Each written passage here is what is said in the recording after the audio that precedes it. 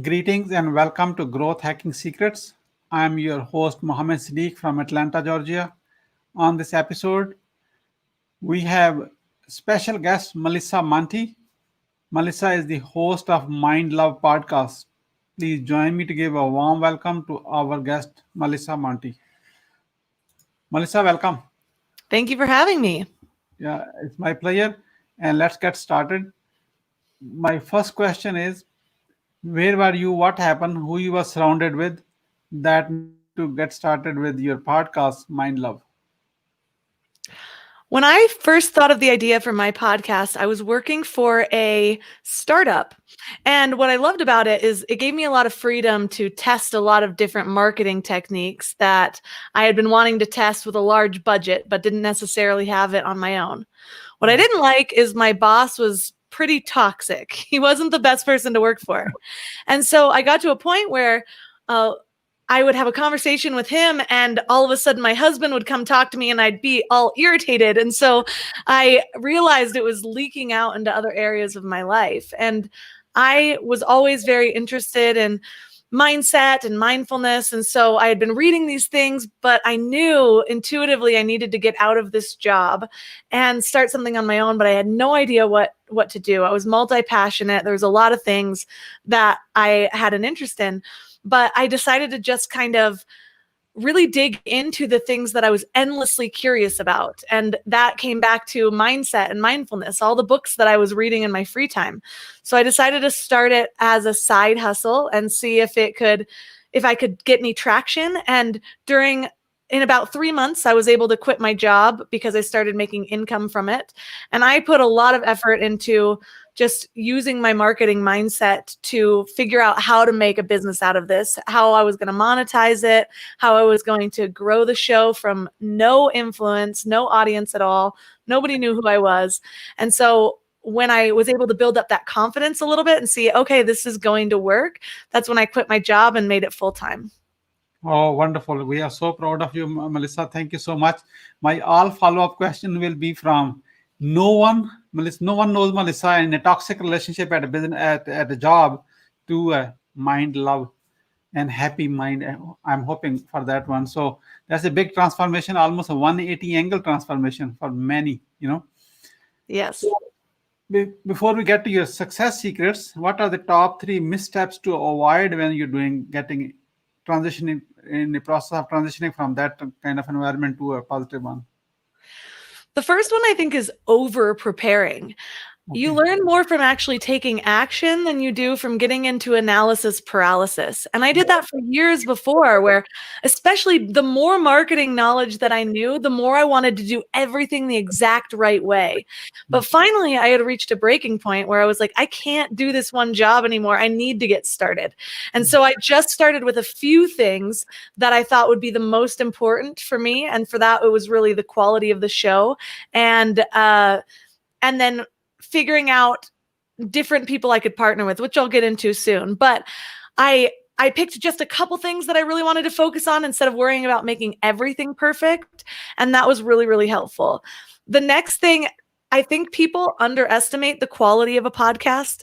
A lot of people get into that ship it mentality and they're like, just get started. Who cares? And I'm like, okay, but your podcast doesn't sound that good. And at this point, like you don't have a microphone. You don't have like I personally would never stop and listen to a show that didn't at least have, and you don't need to have a huge setup. You can get a really good setup, everything for under $100, but invest a little bit, Yeah.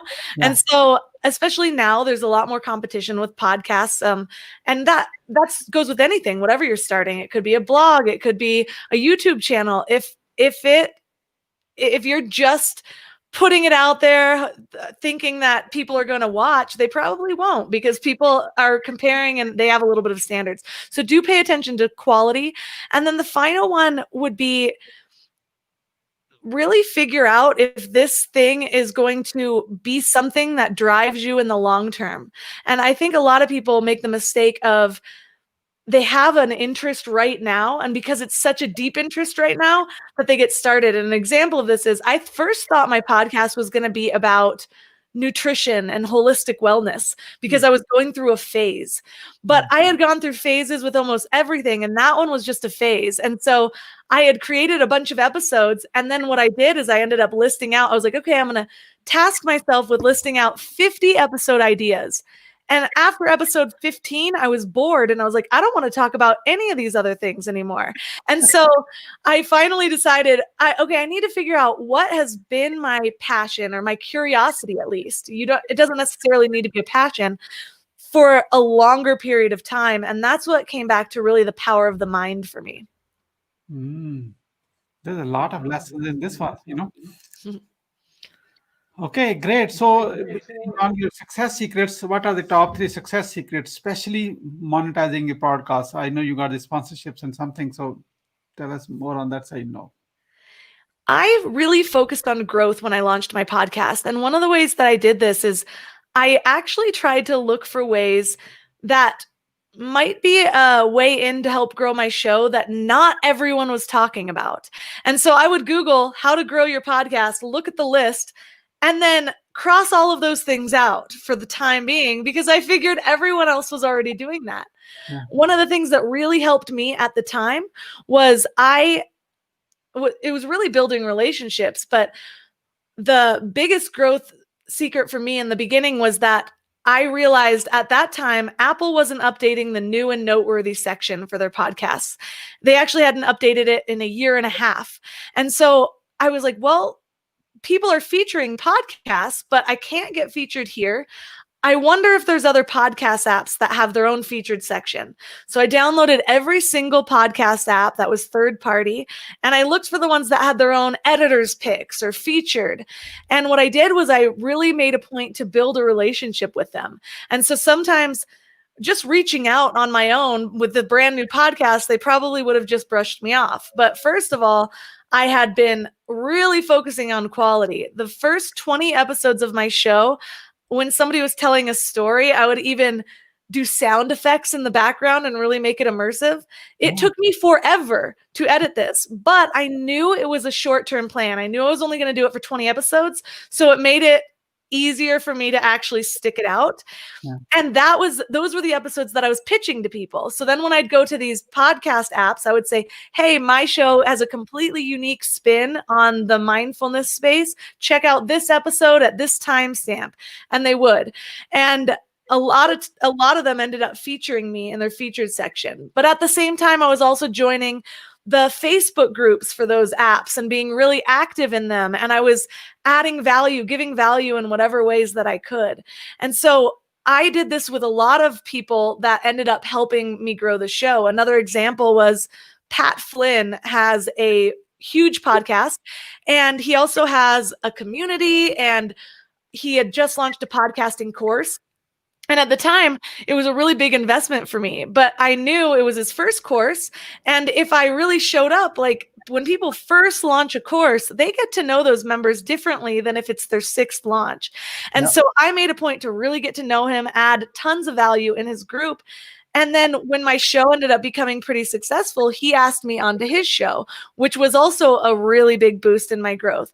So it always starts with me somehow giving value and hoping I'll get a return, but not necessarily expecting it.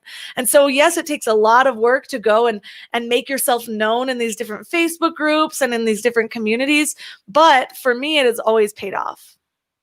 That's a really unique success secret, because it's a long-term.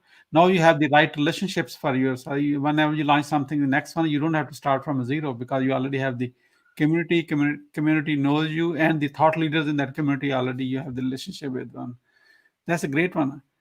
Melissa, I would say, how did you come up with that idea? To which one? The growth idea?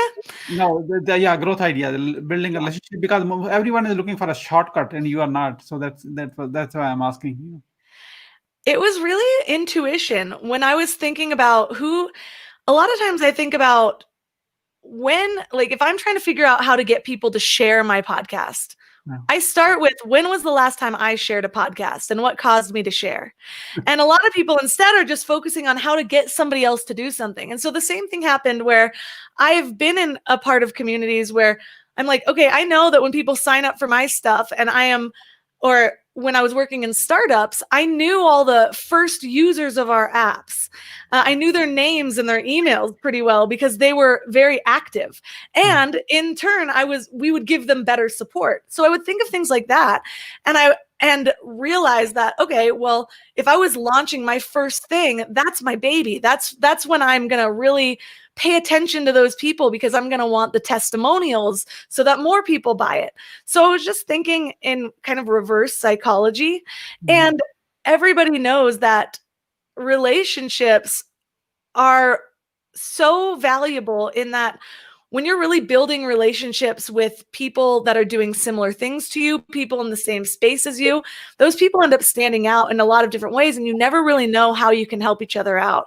So I've done the same thing where I go to conferences, podcasting conferences, when we're allowed to gather, and I'll stand at the booths of like the different apps and get to know the marketing people, because guess what? The marketing person for Spotify is going to be the one that's picking the featured sections, or that's going to be helping in certain ways. It's one thing to just reach out to an app. It's another thing to reach out to a person that you bought a drink for. You know what I mean? And so the more that you can just think a little bit deeper, and it takes really having some quiet time. And a lot of people just want to execute the whole time, but I like to sit and I meditate a lot, and I'll like just sit there with my thoughts and actually flesh them out to see where it leads me to. And a lot of times it opens up to ideas I wouldn't have thought of if I was just taking action the whole time. Wonderful. Melissa, let me say this one statement about you by now. You are not as good as you think, you are better. So thank you. So Melissa, regarding the monetization of your podcast, and I know you hinted earlier that you wanted to share something, and I don't want to miss that part out. So what's the secret? Oh yeah. Well, the monetization, for me, I kind of did it backwards. My show grew really fast because of the things that I did, and I was able to get sponsorships first. For most people, though, the best way to do it is to launch your own products. Even if you have a very small listener base, that small listener base is dedicated. They're the loyal ones. They're the ones that, not a lot of people are even willing to listen to smaller shows. And so the ones that are love you. You're in their ear talking to you. You're integrated into their life. And so launching your own products is hands down the most lucrative part of having a podcast for me. Now I'm able to launch more things. That's where most of my money comes from. But you can also get sponsorships without having a huge listener base as well. But what that takes is really getting aligned with who your listeners are, what they want, what your message is, and finding products that are complementary to that. I have a friend who has a show about real estate, and her ads happen to be just in that niche, and they pay way more than the going rate for that typical sponsorship spot is. And so for most people, it's about sponsors pay about $25 per 1,000 downloads per episode. And so, but if you make personal connections, again, it comes back to really building those relationships, then you can get a much better deal, I suppose you can call it. And so even in the beginning, when I was getting my first sponsors, I was finding the products that I was very, very passionate about. And I was basically going and leaving reviews on anywhere I could leave a review saying how much I loved it. And then I would send them a video saying how much I loved their product. And then I would pitch them my show. And I think a lot of people forget the idea of pitching their show, whether when you're getting a guest, a sponsor, or you're asking to be a guest on somebody else's show. Don't forget to pitch yourself. Use whatever validation you have. And if it doesn't come from your podcast at first, it might come from what you've done in your past. So before my podcast had a lot of stats, I was saying things like, I've worked in marketing for 10 years. I've worked with these startups. I grew their user base from this to this. And now my next passion project is my own podcast, and it's already on track for this and this. And so you don't need to have the numbers. You just need to have the mindset and show that you're that type of person. And when you do that when you're reaching out to sponsors or even guests, it means something to them more than you might realize. So pitch yourself and find people that are really aligned with what your listener base is. Wonderful, wonderful. We are with Melissa right now, the host of mindlove.com. That's the website, and I did check it out myself. It's an amazing website and great content on that one. I just want to let you know, Melissa, anything I should have asked and I didn't get around to it? You want to share? I think you covered it pretty well. I could talk about this all day, but I think that's a good start for everybody out there. I would start with, one last thing that I think is an important thing to remember is find little ways that make your podcast memorable, if that's what you're working on.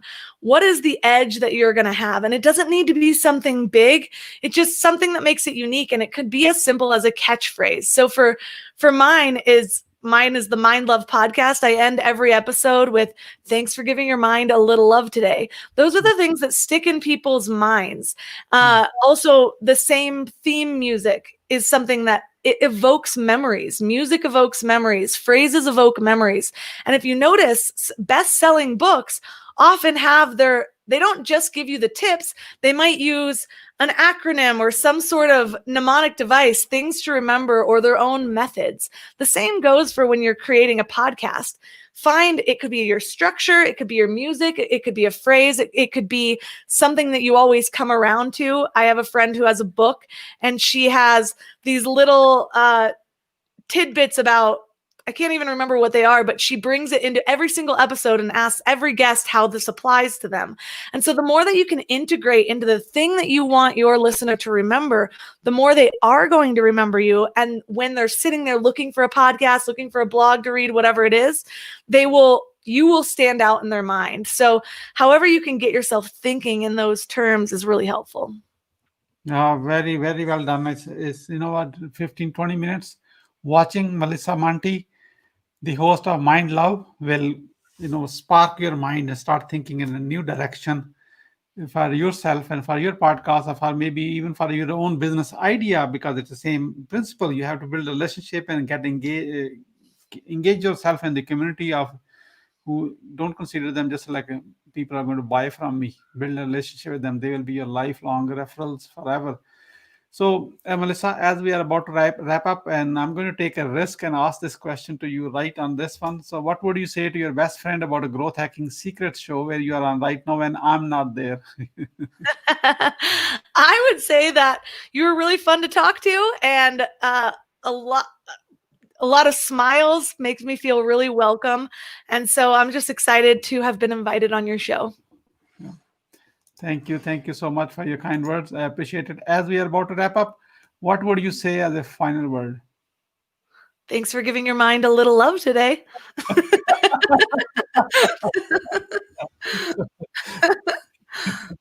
Thank you. And go ahead and check it out, mindlove.com, and subscribe to the podcast and become an ongoing frequent listener to our podcast. Okay. So on the behalf of Growth Hacking Show community and our entire team, we really appreciate you, Melissa Monte. And this is Muhammad Siddique signing off from Atlanta, Georgia.